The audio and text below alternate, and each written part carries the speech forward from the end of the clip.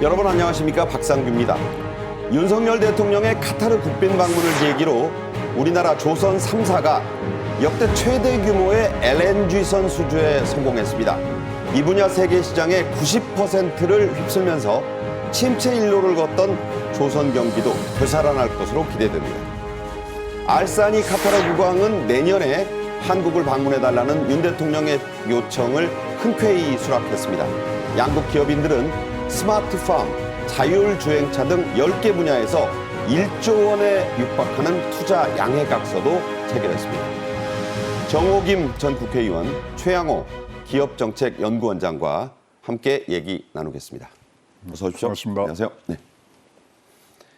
윤 대통령이 사우디 카타르 순방에서 무려 27조 원 규모의 각종 투자를 유치하고 돌아왔습니다. 지난 아랍에미리트 방문 성과까지 합치면은 107조 원대의 투자 약속을 받아 제2의 중동붐을 확실히 일으켰다는 평가가 나오는데요. 먼저 영상으로 보시죠.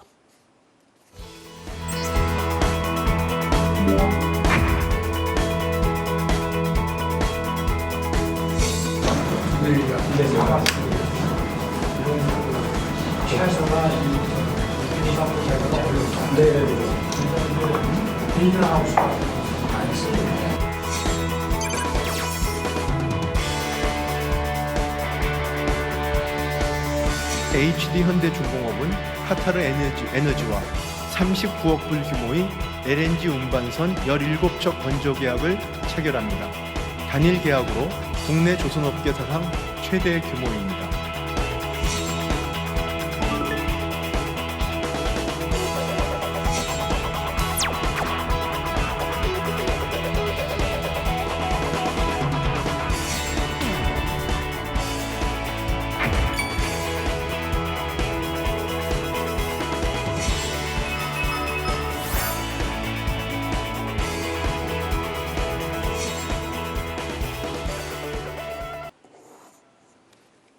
보신 것처럼 4박 6일간의 분주한 순방 일정을 마친 윤 대통령은 25일 아침 8시 반쯤 서울공항을 통해 귀국했는데요. 그 모습 보시겠습니다. 네, 서울공항 도착 행사가 있었던 서울공항 모습인데 지금 트랩을 향해서 내려오고 있습니다. 4박 6일간의 일정이 아주 분주했었어요. 대통령 내외가 도착해서 영접 나온 김대기 비서실장 등과 지금 김기현 대표 나와 있습니다. 윤재옥 원내대표, 김대기 실장 등등 관계자들과 악수를 하고 곧바로 승용차에 올라 모처로 갔습니다. 매우 중요한 행사인데 아직은 보도해드릴 수 없는 매우 중요한 행사장으로 곧바로 이동했습니다. 자, 이번 중동 순방 얘기를 하겠습니다. 세일즈 성과 특히 컸어요. 네, 사실 지금 그 중동에 이스라엘과 지금 하마스 간의 충돌 때문에 모든 나라들이 지금 상당히 그 정신이 없는 상황입니다. 그렇죠. 그런 상황에 사실 이스라엘과 우호적 관계를 가지는 사우디아라비아 그리고 카타르를 방문해가지고 정말 상당히 인상적인 세일즈 외교의 성과를 이루었다라는 것이 저는 이게 국가의 정상적인 모습이라고 말씀을 드릴 수가 있습니다. 그리고 특히 사우디아라비아와의 회담에서 이 부분은 분명히 했습니다. 그 이스라엘 갈등과 관련해서 언급하면서 민간인을 향한 그러한 비인도주의적인 행동에 대해서는 단호히 거부한다라는 네. 분명한 입장을 전했고요. 그리고 지금 이 세일즈 성과를 통해서 그 순방 투자 성과가 거의 27조 원대에 육박을 하고 단순히 MOU를 체결하는 것이 아니라 지난번 정상회담에 이어서 실질적으로 진전을 이루는 그러한 그 외교를 했다라는 점에서 가장 큰 의미가 있다고 생각합니다. 왜냐하면 사우디아라비아 같은 경우는 지금 뭐 네옴시티 건설이라든지 나름대로 굉장히 많은 그런 프로젝트를 좀 구상하고 추진하고 있는 상황이기 때문에 그렇죠. 어쨌든 그러한 그 국제 정치의 그러한 어떤 혼란이라든지 불가 예측성 속에서도 국익을 추구하고 또 그 국민의 어떤 그 미래의 어떤 그 복리를 위해서 먹거리를 계속해서 확보하는 것이 정부와 대통령이 할 일이라는 점에서 평가받을 만하다고 생각합니다. 네. 윤 대통령은 카타르 도하에서 열렸던 국제 원예 박람 회장을 둘러보는 그런 행사도 있었는데 그 영상이 세세히 들어왔습니다. 특히 한국관을 자세히 둘러봤는데 그 모습 보겠습니다. 네. 도하 국제 원예 박람회 한국관 개관식. 원래 이제 카타르 도착하자마자 첫 행사로 간 곳입니다. 한국관이 따로 마련돼 있었고 이곳에 들러서 아주 관계자들과 대화도 했고요. 지금 저게 스테비아 토마토라고 방울토마토의 일종인데 사막에서 키운 직접 키운 거라고 해요. 이제 이 버티컬 파밍이라 그래서 이제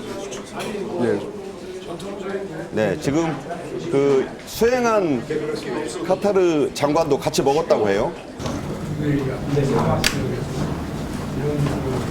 최소가 인감을 자기가 어렵다. 그래서 이제 비닐하우스 같은 거 많이 쓰거든요. 네, 그야말로 열사의 땅에다가 이제 스마트팜을 세워서 네. 재배도 하고, 그렇습니다. 뭐 로봇으로 뭐 작물도 관찰하고, 네. 그야말로 다양한 기술이 들어갔다고 하죠. 그렇죠. 뭐 최종은 폰으로 다 제어를 할 수 있는 부분들이고 뭐 카타르 가서 보신 분들은 잘 알지만 진짜 산하고 사막밖에 없습니다. 네. 그런 데서 사실 2008년도에 당시 국왕이 무슨 거를 건냐면요. 우리가 이제 살아남기 위해서는 식량 안보를 구축해야 된다. 네. 그게 뭐에 가장 중요했던 거냐면 카타르 국가비전 2030이라는 걸 그때 냅니다. 네. 그래서 식량에 대해서 굉장히 지금 진심으로 지금 대하고 있는데 이 버티컬 파밍을 하면요 220배에서 600배 정도의 생산량이 늘어나거든요. 아무것도 없는. 그러니까 사실 카타르는 옛날에 도하에서 진주 산업으로 큰 나라거든요. 그러다가 석유값이 이렇게 확 뭐 폭등을 하면서 지금 전 세계 3위에 GNP가 지금 가는 부분들이 한 있는데요. 100년 전만 해도 진주조개 팔아서 먹고 살던 그렇습니다. 나라예요. 예, 진주조개하고 그거 팔아서 했고 사실 이제 뭐 이번에 가서 좋은 말씀들 했지만 아라비아 상인들이 코리아란 말을 그 당시에 우리나라 이제 뭐 하면서 이렇게 뭐 유포하는 그런 과정까지도 이번에 말씀하셨는데 거기서 이제 석유가 나오니까 탈석유 시대에 어떻게 살아야 되느냐. 그래서 지금 뭐 UAE보다 먼저 2008년도에 카타르 비전 2030을 하고 거기에 중심적인 게 뭐냐면 네. 식량 안보였습니다. 그러니까 그래서 이제 저 스마트팜이 중요한 거예요. 예, 그래서 저기 지금 화면에도 뭐 이제 나올지 모르겠습니다만 또 국왕이 대추야자를 한 그루를 또 우리 한국관에 선물했어요. 그거 특용작물이죠. 그렇죠. 그거를 또 이제 윤석열 대통령께서 거기다 물을 주는 네. 모습. 이거야말로 진짜 혈맹을 떠나서 이제 같이 키우자는 그런 정표가 아니었는가 이렇게 보여집니다. 네. 대추야자 저도 한번 먹어봤는데 맛이 아주 독특하더군요. 윤 대통령이 도하의 아미리 디완 궁에서 열린 공식 환영식에서 국빈 예우를 받는 영상도 들어왔는데요. 역시 직접 보겠습니다. 네, 자 의장대가요 복장이 좀 특이합니다. 카타르의 왕립 의장대가 지금 있고요. 알사니 국왕이 지금 아랍권 최연소 국왕이에요. 43살, 38살에 즉위해서 그야말로 뭐 파리 생제르맹 PSG 구단주 아닙니까? 맞습니다. 뭐 그야말로 억수르라고 불리는 분인데 지금 공식 환영식에서 지금 양국 국기에 배례하고 지금 애국가 지금 흘러나오고 있습니다. 네, 자 아랍식 그 엑스밴드 의장대 모습이 이채롭죠? 네, 네.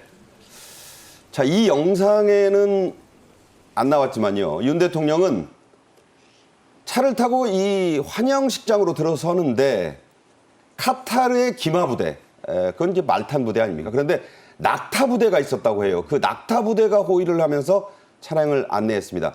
UAE 방문 때도 그랬지만요. 중동에서 이 낙타 예우 매우 특별한 의미가 있지 않습니까? 네, 일단 그 낙타 부대가 등장하면 국왕이 베푸는 최고의 예우다라고 보시면 될 것 같아요. 낙타 부대에 더해서 낙타 고기가 또 대접이 되면 그러니까요. 그렇다 그러더라고요. 국왕급 의전에만 사용되는 예우라 하는데 카타르라는 나라가 우리한테는 익숙치 않지만 월드컵 때문에 이제 우리한테 그렇죠. 상당히 친숙해졌고요. 그리고 도하라는 도시를 보면 진짜 엄청난 첨단 도시예요. 네. 그리고 이미 말씀하셨듯이 정말 그 짓주잡이하고 살아갈 때는 존재감도 없던 나라였지만 소위 석유가 터지면서 카타르가 유명한 거는 석유도 석유지만 천연가스가 세계 1위의 생산을 자랑할 정도로 LNG죠. 지금은 이제 그걸 액화시켜서 수출을 하고 있는데요. 그리고 1인당 GDP로 보면은 우리보다 훨씬 높아요. 엄청나죠. 그러니까 뭐 왕도 엄청난 재벌이지만 그 국민의 1인당 GDP 소득 수준이 상당히 높은 나라입니다. 기본 급여 그 받는 돈이 월 600만 원이 넘는다고 그렇습니다. 하죠. 왜냐하면은 1년 GDP가 뭐 6만 불, 7만 불 얘기가 나오니까는요. 그런데 지금 이 나라의 입장에서는 소위 2차 대전 이후에 독립한 나라 중에 상당히 잘 살고 문화적으로 전 세계를 압도하는 한국이라는 나라에 대한 벤치마킹을 해야겠다는 의지가 있어요. 네. 그런데 지금 우리나라가 특히 중동에 가서 유명한 것이 이제 인프라 구축. 네. 예를 든다면 도로라든지 토목 관련, 그리고 지금은 첨단 산업이라든지 문화, 그리고 카타르는 특히 국왕의 모친을 중심으로 해서 교육 사업에 굉장히 관심이 많거든요. 네. 근데 교육하면 우리 내부에서는 뭐 교육이 문제가 많다 그러지만 또 세계적으로 이 한국 교육에 대해서 배우고자 하는 사람이 많아요. 왜냐하면 빠른 시간 안에 경제 발전을 이룩했기 때문에. 그런데 이번에 대통령이 방문을 해가지고 젊은 국왕과 굉장히 끈끈한 그런 친근한 관계를 만들고 전략적 그런 그 동반자 관계 속에서 협조할 것이 굉장히 많지 않습니까? 네네. 바로 그걸 방증하는 것이 낙타 부대와 낙타 고기라고 생각을 해요. 네. 자, 말씀하신 대로 윤 대통령이 아랍권의 최연소 국왕이자 거부인 셰이크 알사니와 정상회담을 했고요. 이에 대해서 안보실 1차장이 요약 브리핑을 했습니다. 보시겠습니다. 네. 자, 대통령궁에서 있었던 그 국왕궁이죠. 카타르 정상회담 직전에 이제 모습이고, 알사니 국왕의 모습이 보이고 있습니다. 김태효 국가안보실 1차장이 정상회담에서 논의된 내용을 이렇게 소개합니다. 외교, 안보 분야의 소통 채널을 확충해 나가는 한편 이번에 체결된 방산 군수 협력 양해 각서를 바탕으로 양국 간 국방, 방산 분야의 협력을 확대해 나가기로 하였습니다. 방금 들으신 대로 한 카타르의 관계, 지금까지는 포괄적 동반자 관계였는데 이게 이번에 포괄적 전략 동반자 관계로 올라갔습니다. 전략이라는 두 글자, 단어가 들어갔지만 이게 상당히 다른 의미죠?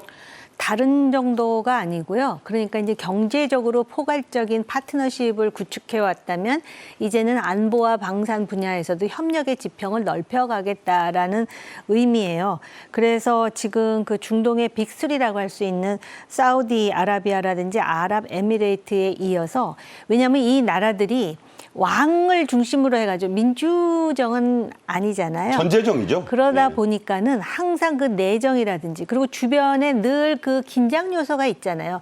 비단 이스라엘 문제뿐만이 아니라 자기들끼리도 이게 순위파 국가냐 시아파 국가냐에 따라서 그 긴장이 있어요. 물론 카타르 같은 경우는 이란하고도 상당히 좋은 관계를 유지하고 있는 것으로 알고 있고요. 네. 인구 구성으로 보더라도 단순히 아랍인만 있는 게 아니라 인도라든지 파키스탄 같은, 그러니까 이제 페르시안 계통의 네네. 이란 사람들도 꽤 있고요.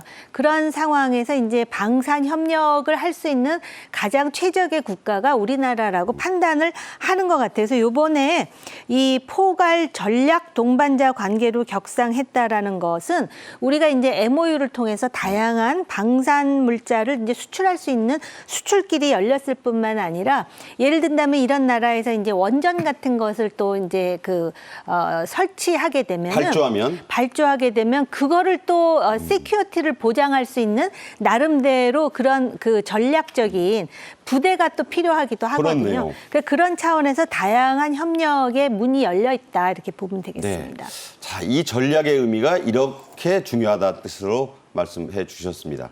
카타르는 GDP 대비 국방비 지출이 세계 3위입니다. 인구 대비로는 참 엄청난 규모죠. 우리 방산 기업들의 특수가 예상되는 대목인데 전 세계 국가별 GDP 대비 국방비 지출 순위 저희가 한번 요약했는데 설명해 주세요. 네, 지금 뭐 우크라이나가 전쟁 중이기 때문에 33%까지 올라왔지만 평상시에 갖고 있는 사우디 그다음에 카타르 보면은 7%대를 지금 가고 있습니다. 사우디로 작년에 좀 더 많이 샀습니다. 8%까지 지금 올라간 상태고요. 근데 사우디에 지금 무기를 사오는 출처가 굉장히 극소적이었습니다. 네. 미국에서 가는데 미국의 무기 수출의 절반을 사우디에서 사줬거든요. 근데 네. 최근에 아시다시피 사우디와 미국의 관계가 좀 뭐 그렇게 옛날처럼 동맹적인 부분들이 아니기 때문에 대처하기 위해서는 어디를 찾았냐? 그러면 한국밖에 없다. 네. 그래서 천궁, 천무 등 최근에 많이 뭐 전 세계에서 자기 국방력을 강화하기 위해서 쓴 무기들을 이번에 사는 걸로 지금 뭐 결정이 된 것 같고요. 전략적이란 말에 방산 쪽에 협력을 더 한다는 그런 의미도 굉장히 많이 포함되어 있는 그런 현실입니다. 우리나라의 중동 무기 수출이 지난 10년간 무려 10배나 증가했고 최근 들어서는 그 증가세가 매우 가팔라지고 있습니다. 또 카타르는 세계 방산 수입액 순위에서도 세계 3위입니다. 국토 면적이나 인구 면에서 보면 1위가 인도, 세계 최대의 인구 대국 아니겠습니까? 또 2위가 사우디지만 단연 세계 1위 수준이라고 볼 수 있는 거예요. 이 카타르의 그 국세에 비교해 보면. 그러니까는 얼마나 이 안보에 지금 그 천착하고 있는지를 알 수가 있죠. 국왕이 안보에 대해서 얼마나 깊은 관심을 가지고 있는지. 그야말로 올인하고 있는 나라죠. 한마디로 내 거잖아요. 그 나라가 내 거니까 지키려면은 네네. 무기도 많이 필요하고 또 이렇게 이제 저 석유나 천연 자원으로 상당히 부를 축적하게 되면은요. 어떤 나라든 상당히 그 고차원적인 무기에 대한 수요가 있어요. 네. 그렇기 때문에 제가 볼 때는 일단 재래식 무기 체제로 첨단화를 걷고 있는 한국으로부터 보고 배울 게 많을 거라고 생각을 할 거고요. 지금 예. 사우디아라비아도 그렇고 카타르도 그런데 이런 나라들이 특히 사우디 같은 경우는 이제 미국으로부터 수입을 했다 그랬잖아요. 그렇죠. 근데 사실 우리나라에 배치되어 있는 무기 중에 상당수도 미제입니다. 그렇죠. 그러다 보니까 우리가 무기 개발할 때도 미국 무기와의 그런 어떤 작전 호환성, 인터오퍼러빌리티라 그러는데요. 네. 그런 차원으로 보면 중동도 같은 논리가 적용될 수가 있겠죠. 그렇네요. 그러다 보니까 한국과의 방산 협력이 매우 중요하다라고 생각하는 것이고요. 특히 사우디아라비아뿐만 아니라 카타르 같이 조그만 나라에서 이렇게 그 무기와 방산에 관심이 있다라는 것에 대해서 이 기회를 적극적으로 포착하는 계기가 돼야 될 것 같아요. 지금 그 스웨덴의 시풀이라고 국제안보평화연구소의 그 연구 결과에 따르면 무기 수입의 3등이 카타르고 2등이 사우디아라비아거든요. 그러니까요. 네.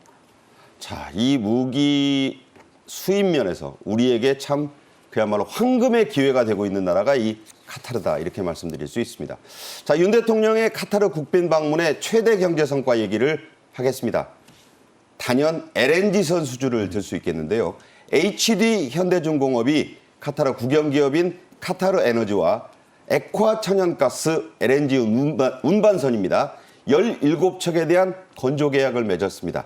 대통령 경제수석이 설명합니다. HD 현대중공업은 카타르 에너지와 39억 불 규모의 LNG 운반선 17척 건조 계약을 체결합니다.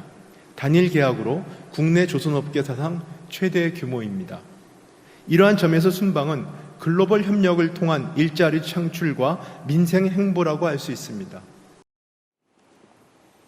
네, 이 계약은 들으신 대로 국내 조선업계 사상 역대 최대인 5조 원대 규모입니다. 배를 17척 만들어준다는데 5조 원을 받는다. 그야말로 부가가치가 엄청난 거잖아요. 네, 요새는 배도 다 스마트화되어 있습니다. 그래서 따라가는 경로라든가 그다음에 지금 이제 유황을 못 쓰기 때문에 새롭게 져야 되는 부분들인데 여기서 LNG 수송선 17척을 함으로 해서 우리나라가 전 세계의 지금 시장 점유율이 74에서 81%로 가고요. 지금 앞으로도 40척 정도가 더 나와야 됩니다. 그러면 네. 그거는 이제 우리 조선 3사의 나머지 회사들이 지금 좀 이따 얘기할 거예요. 네, 굉장히 지금 노리고 있는 부분들이 있기 때문에 그렇다면은 지금 중국을 제치고 LNG선에서는 굉장히 뭐 독보적인 부분들을 차지할 수밖에 없고요.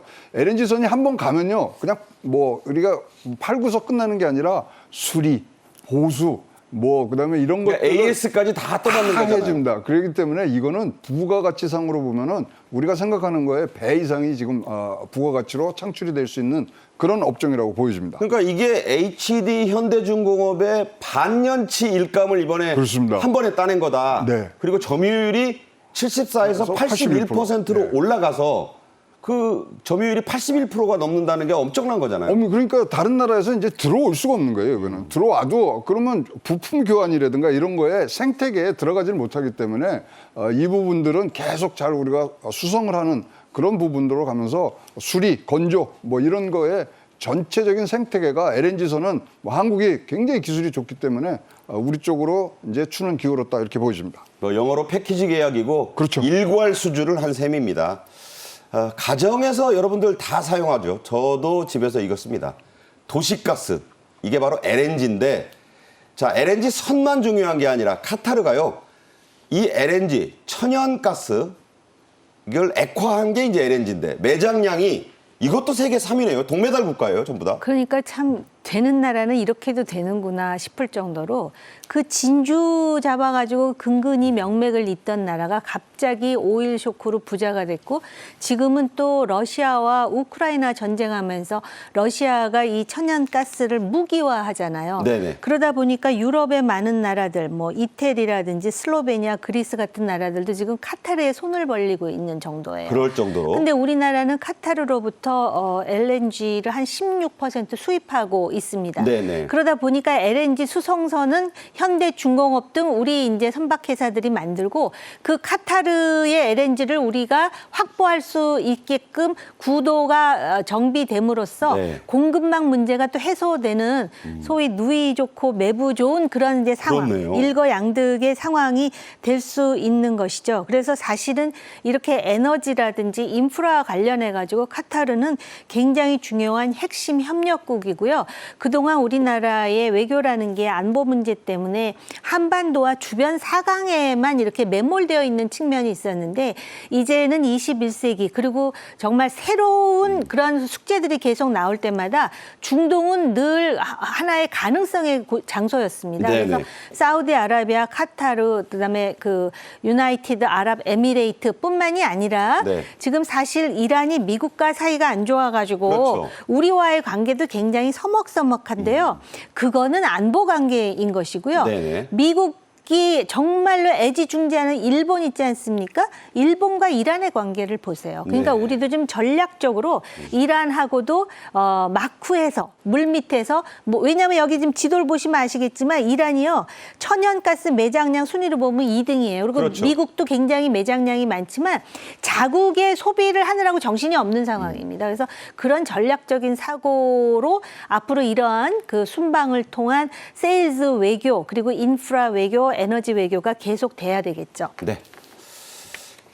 2021년을 기준으로해 우리나라는 카타르의 천연가스 수출의 16% 가까이, 정확히는 15.63%를 차지하고 있습니다.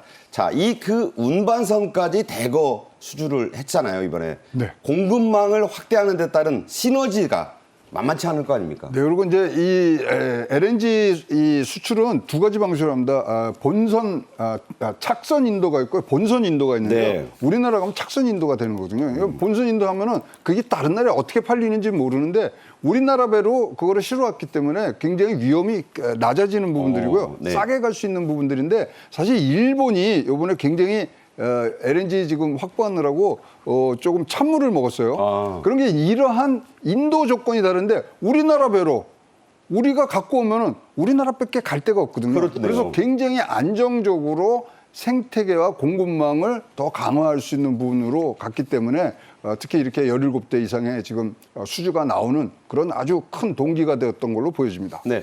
아까 최영호 원장 말씀이 카타르가 이 17척만 지금 발주한 게 아니고 한 3, 40척이 지금 더 발주가 될 거다 하는 그런 얘기가 나옵니다. 실제로 현대중공업뿐 아니라요. 우리의 삼성중공업 그리고 한화오션 이렇게 해서 조선 3사라고 저희가 그러거든요. 이 회사들이 카타르 측과 약 30척의 LNG선 추가 협상을 하고 있는데 가격 협상한다는 얘기는 거의 성사 단계에 이르렀다는 거죠. 네, 그래서 지금 협상 중이고요.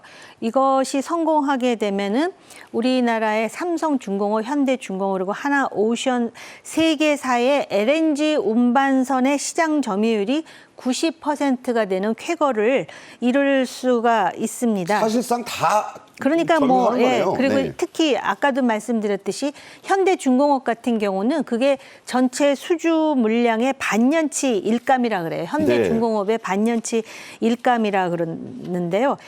이렇게 되면은 침체 일로에서 허덕이던 우리나라의 조선업의 어떤 그 새로운 그 부활이 12년 만에 네. 이루어지는 것이고 우리나라가 사실 경기가 지금 좋지 않은 상황에서 이 경기 침체를 어떻게 해서든 극복해 나갈 하나의 단초가 될 수도 있다 이렇게 보여집니다. 네, 방금 말씀하신 대로 우리나라 조선업 한때는 뭐 조선 관련 학과가 최고 인기 학과였는데 이게 이제 뭐 완전히 무너졌고요. 그래서 지금 조선학과 지원생들이 거의 없다. 조선업계 뭐 노사분규도 있고 해서 아주 망조가 들었다는 얘기가 나왔는데 이렇게 되면 조선업 12년 만에 그야말로 부활의 길로 들어서는 셈인가요? 훈풍이 부는 거죠. 뭐 12년 동안 계속적으로 성장률이 지금 마이너스 쪽으로 내려오고 있던 부분들이 이제 이렇게 뭐 30척, 40척 뭐 이렇게 넘어가는 반년치에 이 선 수주가 됐다면은 사람도 뽑을 수 있고 그다음에 여기 자금을 통해서 굉장히 많은 또 다른 산업으로 갈 수 있는데 LNG 선이요 다른 것보다는 스마트한 장치들을 너무나 많이 갖고 있습니다. 그러니까 고부가 가치잖아요. 그렇죠. 고부가 가치입니다. 따라서 이 부분에 대해서는 지금 뭐 중국이나 일본 뭐 다른 나라에서 감히 쳐다볼 수 없는 기술적 격차가 가고 있는데 그것을 완전히 굳히는 계기가 되지 않겠느냐 이렇게 보여집니다. 네. 자, 이번 윤 대통령의 중동 순방을 두고 제2의 중동 붐이 확실히 일었다. 제1차 중동 붐 기억하시는 1970년대 사우디 건설 경기로 시작된 그 붐을 말합니다. 최상목 대통령실 경제수석이 이렇게 평가하고 있습니다. 들어보시죠. 정상 순방은 우리 기업들의 시장을 넓히기 위한 대한민국 1억 영업사원의 글로벌 세일즈 활동입니다. 중동 빅3에 진출하려는 우리 기업들에게 총액 792억 불 규모의 거대한 운동장이 만들어진 것입니다. 우리 기업들이 뛰어놀 107조 원대의 거대한 운동장이 만들어졌다. 자, 이 얘기가 아주 인상적이고 이게 핵심을 요약하고 있습니다. 시작은 2022년, 그러니까 작년 11월에 빈살만의 방한 때부터였죠? 네, 2022년 11월에 빈살만 왕세자가 방한을 해가지고 MOU를 26건 그리고 290억 달러의 투자를 성사시켰고요. 그리고 23년에는 대통령이 UAE를 방문해가지고 300억 달러의 그 투자를 성사시켰습니다. 네네. 그리고 이어서 지금 이제 사우디 국빈 방문을 통해서 156억 달러 규모의 MOU 그리고 카타르에서 46억 달러 규모인데요. 이것이 주는 함의는 이제 물론 이제 MOU가 좀 더 구체화되어야 되겠지만 특히 빈살만 같은 경우는 그동안 일본하고 굉장히 밀접한 관계 유지를 하다가 제가 개인적으로 생각할 때 일본에서 한국으로 갈아탄 것 같다라는 느낌을 강하게 받고 있거든요. 그러니까 그때 빈살만이 한국 왔다가 일본 가기로 했는데 일본 안 가고 사우디로 돌아가지 않았습니까? 그리고 또 우리가 얼마나 정성껏 또 그 롯데 호텔을 전부 비워가지고 방탄 창도 새로 갈 정도로 네네. 그렇게 그런 정성의 이 왕들은 또 굉장히 그 가무파더라고요. 네. 근데 그런 아주 치밀한 그런 관계 확보에 성공했다라고 보여지고요. 이제는 실천의 문제가 있죠. 근데 지금 보시면은 그 조선이라든지 협력이라든지 또 이제 그 사실 중소벤처협력이라든지 여러 가지가 들어가는데 우리 내부가 이제 그거를 뒷받침해 줄 수 있는 노사 간의 긴밀한 그런 어떤 그 원팀 팀워크로 이걸 다 받아들여 가지고 이게 국부 창출과 민생의 어떤 그 증진에 도움이 되는 방향으로 대통령 혼자서 할 수 있는 일은 아니지 않습니까? 네. 자, 107조 원을 벌 수 있는 운동장이 마련됐는데 심판도 뛰어야 되고 선수들도 뛰어야 되고 관중들도 열렬히 환호해야 된다. 이렇게 이해하시면 되겠습니다. 윤 대통령은 알사니 카타르 국왕과 점심을 먹으면서 한국에 한번 와달라 이렇게 초청했는데 알사니 국왕 내년에 가겠다 기꺼이 흔쾌히 수락을 했다고요? 어수야죠. 뭐 그래서 진행되는 상황들 그다음에 국가 대개조 계획을 하고 있는데 한국에 와서 어떻게 진행되는 걸 봐야지 같이 손잡고 갈 수 있는 그런 동맹의 길로 가는 이런 뭐 좋은 계기가 될 수 있는 부분들이 있고요. 내년도가 또 양국 수교 50주년입니다. 그러니까 거기에서 아마 그 50주년 수교 기념으로 와달라 이거겠죠? 그렇죠. 그러나 지금은 그 50주년의 의미를 넘어서는 동맹의 지금 동반자적인 협력 관계를 가기 때문에 사실 카타르가 이런 국가 대개조하는데 우리 한국처럼 ICT 기술을 지금 접목시키고 싶어 하는데 어디 딴 데 갈 데 없거든요. 네. 그래서 보니까 요새 보니까 UAE도 그러고 카타르도 그러고 일본을 사실 굉장히 주요 협력 국가로 지금 여겼는데 네. 일본은 이제 존재 자체가 지금 아주 무색하게 없어지는 듯한 그 자리를 한국이 메꾸고 있는 그런 상황이라고 보여집니다. 그러니까 일본은 기술력은 좀 인정을 하는데 자 아까 우리 정우김 박사 말씀하셨지만 저 IT도 되고 안보도 되고 AS도 되는 나라를 생각해 보니 이 한국을 하면 그냥 일본 안 해도 되겠네 이런 생각이 좀 드는 거예요. 그런데다가 젊은 사람들이 또 K컬처에 거의 그 환호하는 네. 그러니까 젊은이들을 저런 국왕일수록 그 내부에 말들은 안 하지만 불만들이 좀 많겠습니까? 그러니까요. 그런 거를 또 이렇게 그 뭐라 그럴까 녹일 수 다독일 있는? 수 있는 그런 K 문화까지도 우리가 갖고 있는 만큼 최대한 활용하고 그다음에 제가 한 가지 꼭 말씀드리고 싶은 거는 이런 나라의 그 MOU를 보면 굉장히 화려한데요. 이 검증이 잘 돼야 됩니다. 네. 왜냐하면 저러다가 어느 순간 갑자기 왕이 확 무너지고 막 이러기도 하기 때문에 네, 네. 그래서 어쨌든 그 방산업과 관련한 긴밀한 협력 이런 거는 그런 검증 체계의 일환이 될 수도 있을 것 같습니다. 네, 꼼꼼히 사후 관리도 해야 된다는 말씀이었어요.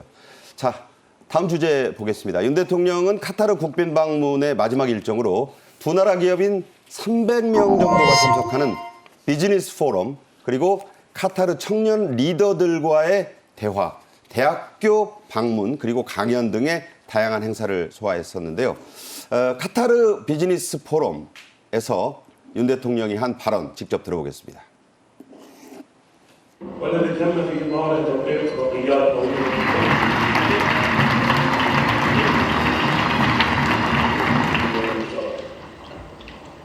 والتي ساهمت مخرجاتها في دراسة تطورت على مر السنين بفضل زيارات وفضل الشراكة الاستراتيجية. 우리나라는 카타르의 도로, 지하철은 물론 석유화학 플랜트, 해수 담수화 설비에 이르기까지 산업 기반을 구축하는 데 이바지해 왔습니다. 카타르와 대한민국은 그동안 쌓아온 신뢰를 기반으로 새로운 50년의 공동 번영을 위해 새로운 파트너십을 함께 준비해 나가야 합니다. 네, 이 포럼에 뭐 정기선 HD 현대중공업 사장, 뭐 CJ 대표 이런 알만한 기업인도 들어가 있었지만 명단을 쭉 보니까요. 성형외과 원장님도 들어가 있고 스마트팜 대표도 들어가 있고 분야가 그만큼 이제 다양하고 확대가 됐다는 거예요. 그렇죠. 지금 현지에서 나온 기사를 보면 이런 말이 있습니다. 대한민국이 지난 50년 동안 석유 없이 저렇게 컸는데 우리는 탈석유 시대를 하고 있다. 한국을 배우지 않으면 우리가 어디 가서 배울 것이냐. 네. 그런 기사까지 나오는 걸 보고 드디어 한국과 중동 간의 이런 주요 국가들 간에는 뭐 스마팜이라는 태양광, 자율주행차, 문화, 심지어 금융까지 네. 아주 뭐 전체를 망라하는 그러한 분야에 이제 뭐 주요 협력 대상국이 될 수밖에 없는 게 한국이라고 생각을 합니다. 네. 자, 흔히 이런 순방 기사나 경제 성과 얘기 나올 때마다 저거 다 재벌들 대기업 잔치 아니냐 이런 말씀을 하시는 분들도 있습니다. 그렇지만 이번에 중소, 중견기업, 나아가 스타트업 대표들도 대거 동행했고요. 성과도 나왔죠? 그렇습니다. 지금 사실 이런 부분들이 가시적으로 보일 수도 있겠습니다만은 헤드 테이블에 대기업 총수들이 빠지고 중소기업 지금 대표들을 지금 앉혔던 네. 분들이라든가 그다음에 국가 비전 2030을 하려면 세부적 계획을 있기 때문에 총수보다는 그것에 직접적으로 영향을 받을 수 있는 그런 우리 중소기업 대표들이 나서 자세히 설명을 한 것 같고요. 정옥 위원이 지금 모두에 말씀하신 게 MOU라는 게 이제 MOU로 끝날 수 있지만 그러니까요. 사실 빈살만 왕세자가 왔을 때 우리 MOU 그때 290억 달러 했잖아요. 그러니까요. 60%가 진전이 됐습니다. 그러니까 60%라는 건 거의 다 지키고 있다는 거죠. 아니 평균 MOU 성공률이 15%에서 20%거든요. 원래? 예, 원래 그렇습니다. 그런데 지금 보면 뭐 샤인 프로젝트 같죠, 뭐 네온 모듈러 공장 같죠. 그래서 이렇게 성공적으로 MOU가 성공화되는 비율은 뭐 저도 굉장히 처음 보는 숫자거든요. 그러니까 저도 취재 기자 할 때 그 전에 네. MOU 맺으면 그거 MOU 뭐 MOU 는 나중에 MOU다 지켜봐야 되는 거 아니냐 네. 뭐 이랬는데 그게 아니라는 거죠. 아니죠. 그래서 현대조선이 또 네옴 수소철 뭐 거기 그다음에 한진 뭐 해서 열병합 뭐 이게요. 이렇게 진짜 빠른 시일 내에 할 수 있는 거는 양국 정상 간에 MOU가 맺어졌고 여기에 실천력과 실행력과 그다음에 모든 지원이 가기 때문에 되는 걸로 보여져서는 카타르에서 이제 나왔던 이런 세일즈 외교는 금방 우리에게 좋은 성과로 나타날 것 같고요. 지금 100조 얘기하잖아요. 네. 100조라 그러면 우리나라 1년 교육비 예산입니다. 그리고 우리나라 보건복지 예산도 100조밖에 안 됩니다. 뭐 처음에는 60조라 그랬는데 60조라는 건 서울시의 한 해 예산이 60조거든요. 영업사원 1호이신 우리 윤석열 대통령 뭐 어떻게 이 박수를 쳐드려야 될지 모르겠습니다. 그러니까 단순 계산으로 보면 네. 빈살만이 60% 이행하고 있다고 했으니까 107조 뚝 잘라서 60조는 확실히 돈이 된다는 거 아니에요? 서울시 예산이 그냥 굴러 들어온 거예요. 네. 자, 그렇게 분석할 수 있겠습니다. 윤 대통령은 순방을 할 때마다 현지의 대학을 들르죠. 사우디에서도 빈살만 왕세자가 나온 킹 사우드 대학에 가서 연설을 했는데요. 카타르에서도 대학을 찾았습니다. 현지 학생들과 대화를 나눴는데요. 윤 대통령이 그 대학 학생들 앞에서 한 연설의 한 대목 직접 들어보겠습니다. 저는 여러 나라를 순방할 때마다 가급적이면은 대학을 꼭 찾았습니다. 왜냐하면 그 대학교의 젊은 학생들이 그 나라만의 인재고 그 나라만의 미래를 걸머질 사람들이 아니라 바로 이런 초연결 세계에서 전 세계의 미래를 걸머질 사람들이기 때문에 외국을 방문할 때는 꼭 대학을 갔습니다. 저도 대학 졸업한 지가 이제 40년이 됐는데 학창 시절로 돌아가서 정말 이 멋진 이 도하의 이 하마드 대학에 와서 유학을 하고 싶은 그런 생각이 많이 들었습니다. 네, 이름도 참 하버드하고 비슷한데 아랍어로 하마드 대학입니다. 윤 대통령이 한번 멋진 도시인 도하에 있는 이 하마드 대학 유학하고 싶다는 말까지 한 이 카타르의 하마드 빈 칼리파 대학 어떤 곳입니까? 저도 뭐 언론을 통해서 알고 있는 학교이기 때문에 제가 그렇게 상세하게 자신 있게 설명할 수 있는 학교는 아니지만 일반적으로 이제 그 중동의 그러한 어떤 엘리트 대학에 준하여 말씀을 드리자면 아마 엘리트 테크노크라트들을 배출하는 학교일 것이다 이런 생각이 들고요. 뭐 카타르의 뭐 MIT 뭐 그런 수준이겠네요. 그렇습니다. 그리고 카타르의 1인당 GDP를 이미 말씀드렸잖아요. 그러니까는 이 학생들이 이제 성장하면은 이제 카타르를 이끌어 나갈 그런 이제 그 주도 세력이 될 것입니다. 그래서 그렇죠. 젊은 사람들이 한국에 대해서 어떤 인상을 갖느냐가 이들이 이제 성장해서 그 사회의 주도 세력이 됐을 때도 많은 영향을 끼칠 수 있다고 보여지고요. 주로 이제 이 안에서 한국 문화가 어떤 식으로 소개가 되는지 그리고 생명공학이라든지 우리가 또 아까 말씀 말씀드렸던 그런 다양한 그 첨단 산업과 관련해가지고 이들도 관심이 많을 거라고 생각하고요. 이왕 대통령이 연설까지 한 학교인 만큼 아마 그 대학생들 중에 한국에 대해서 관심 있는 사람들이 굉장히 많을 거예요. 네네. 그래서 어떤 단기 그 협조 또는 교류 프로그램을 통해서 그리고 카타르가 또 한국에 대해서 관심을 가지는 분야가 아까 성형외과 의사도 말씀하셨지만 우리나라 사람들이 이 수술을 굉장히 잘하거든요. 외과 수술 세계 최고 수준이죠. 그리고 이제 저렇게 그 생활 수준이 높을수록 자신들의 어떤 그 한국의 화장품이라든지 한국의 뭐 미용이라든지 네. 뭐 다양한 분야에 관심이 있는데 그런 잠재적인 수요를 그리고 소비자들을 한국에 유인하고 또 제가 보니까는 한국의 젊은이들 중에 카타르의 뿌리를 내려갖고 발전할 수 있는 공간도 상당히 있을 것 같습니다. 그래서 그런 부분에 대한 기회를 정부 차원에서 특히 한국의 젊은이들에게 정보를 알려주고 제공해주는 그런 계기가 됐으면 하는 생각도 들었습니다.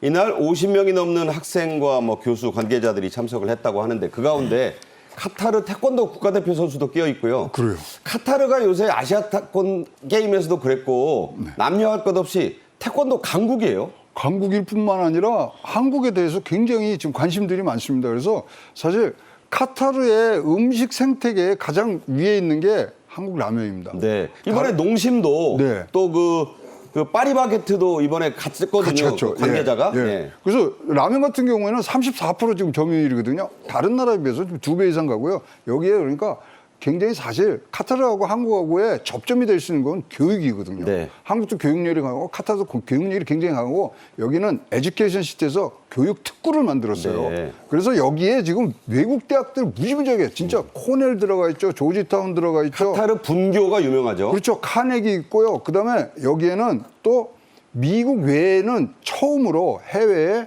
미국 의과대학이 지금 분교를 냈는데 미국 의대는 보통 해외에 없는데. 없어요. 근데 네. 여기 지금 뭐 코넬 대학에서 코넬 메디칼로 해서 그러니까 지금 코넬 의대에 카타르 분교가 있다. 예. 네. 그리고 거기서 나면은 미국 자격증을 줘요. 아, 또. 미국 의사가 바로 된다. 네, 예. 네. 그러다 보니까 진짜 지금 나라의 교육 정책을 굉장히 잘 잡은 게 유학생도 많이 해서 자기네 인구가 240만 명밖에 안 되니까 젊은이들을 불러들이고 젊은이들이 이런 좋은 전 세계적인 트렌드를 익힐 수 있는 분위기를 만드는 곳 에듀케이션 시티고요. 여기에는 또 지금 아까 말씀하신 그런 국왕의 배우자가 재단의 이사장으로 해서 굉장히 열심히 하는 부분.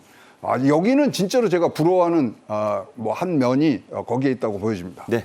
자, 윤 대통령의 연설을 들은 한 카타르의 대학생, 참석한 대학생이죠. 나는 한국 문화를 너무 좋아해서 혼자서 독학으로 한국어를 공부했습니다. 그러면서 직접 윤 대통령 앞에서 한국어로 발표까지 했다고 해요. 한국의 대통령님을 만나 기쁘게 생각하다. 저렇게 말했대요. 향후 카타르와 한국의 문화를 긴밀하게 연결하는데 역할을 하고 싶다. 저런 학생들 많이 봅니다, 요새. 그러니까요. 그다음에 이제 저기 카타르에 아직 세종학당이 안 들어간 걸로 아는데 들어가서 한국어의 열풍을 한번 일으키는 계기를 만들어 주시면 좋겠습니다. 네. 자, 이렇게 이 문화를 통한 교류가 이어지면 이것이 현재뿐만 아니라 미래 세대를 잡는 길도 되기 때문에 교육과 문화의 어떤 K컬처 그 중요성이 더 부각되는 순방이었다. 이렇게 말씀드릴 수 있겠습니다. 자, 김건희 여사도 활발하게 좀 뒤에서 활동을 했습니다. 알사니 국왕의 어머니의 초청으로 카타르 재단본부를 방문했고 알사니 국왕의 배우자인 자와히르 왕비도 만나서 오찬을 함께 했다고요? 그러니까 그 카타르가 인구도 얼마 안 될 거 아닙니까? 그런데 아마 그 여성으로 치면은 최고의 인사들을 만날 수 있는 기회가 된 것 같아요. 네. 보통 이제 중동 방문을 하면은 뭐 왕비나 공주가 그렇게 많이 전면에 나타나지 않는데 카타르는 조금 좀 개방적이어서. 개방적이라는 차원에서 굉장히 깊은 인상을 주고 있고요. 그래서 교육이라든지 또 미술이라든지 그 여성 리더로서의 관심사에 대해서 많은 대화를 나눈 것으로 알고 있습니다. 특히 국왕의 여동생이 아마 그 미술관을 설립한 것 같아요. 그래서 그 미술 교류에 대해서도 의미 있는 대화를 나눈 것으로 지금 보도가 되고 있습니다. 네, 말씀하신 대로 알사니 국왕의 여동생 알 마야사 공주, 발음이 좀 쉽지 않습니다. 이 공주와 함께 알마야사 공주가 세운 M7 미술관을 같이 김 여사가 둘러보기도 했다는데 역시 뭐 문화교류에는 그렇죠. 주도적으로 하고 있어요. 그다음에 또 김건희 여사가 이제 미술계 쪽으로 많은 전문가이시기 때문에 그런 쪽으로 하는데 사실 우리가 전략적 그다음에 동반자 이렇게 할 때 가장 중요한 게 문화를 얼만큼 공유하는 문제거든요. 네. 그래서 그런 부분에도 교두보를 마련한 부분들이 있고요. 카타르와 한국 진짜로 동반자적인 입장에서 같이 걸어 앞만 보면서 가야 되고요. 뭐 요번에 얘기하다 보니까 라피크라는 얘기가 나왔다는 거예요. 라피크. 예, 무슨 얘기냐면 사막을 함께 걸어서 건너갈 진정한 친구다. 아, 그게 이제 아랍어로 라피크. 네, 라피크라는 표현까지 나왔고 아까 우리 뭐 낙타고기 얘기를 했지만 낙타고기를 대접한다는 거는 나의 전 재산을 드린다는 뜻이거든요. 그렇다네요. 예, 낙타 한 마리 갖고서 살고 있었는데 그런 아주 굉장히 진짜로 전략적으로 그다음에 동반자적인 그런 격상된 양국 간의 문화 교류 뭐 여러 가지 교류들을 우리가 앞으로 기대해도 될 것 같습니다. 네, 우리가 이번에 경제 성과뿐만 아니라 자, 우리가 이제 중동에서 단순히 뭐 근로자들 나가서 건설하고 뭐 대수로 놓고 이번에 뭐 최원석 그렇습니다. 네. 회장이 뭐 발세했던데 그 기억이 좀 나는 분이었잖아요. 그런 것만 생각할 게 아니라 이제 정말 다양한 분야로 네. 방산, IT, 그렇습니다. 문화까지 우리가 이번에 성과를 거두고 국격을 높였다. 이렇게 생각이 됩니다. 네. 정우김 전 국회의원, 최양호 기업정책연구원장과 함께 말씀 나눴습니다. 고맙습니다. 네, 잘 들었습니다. 정책엔 이슈가 준비한 오늘의 소식은 여기까지입니다. 시청해 주신 여러분 감사합니다.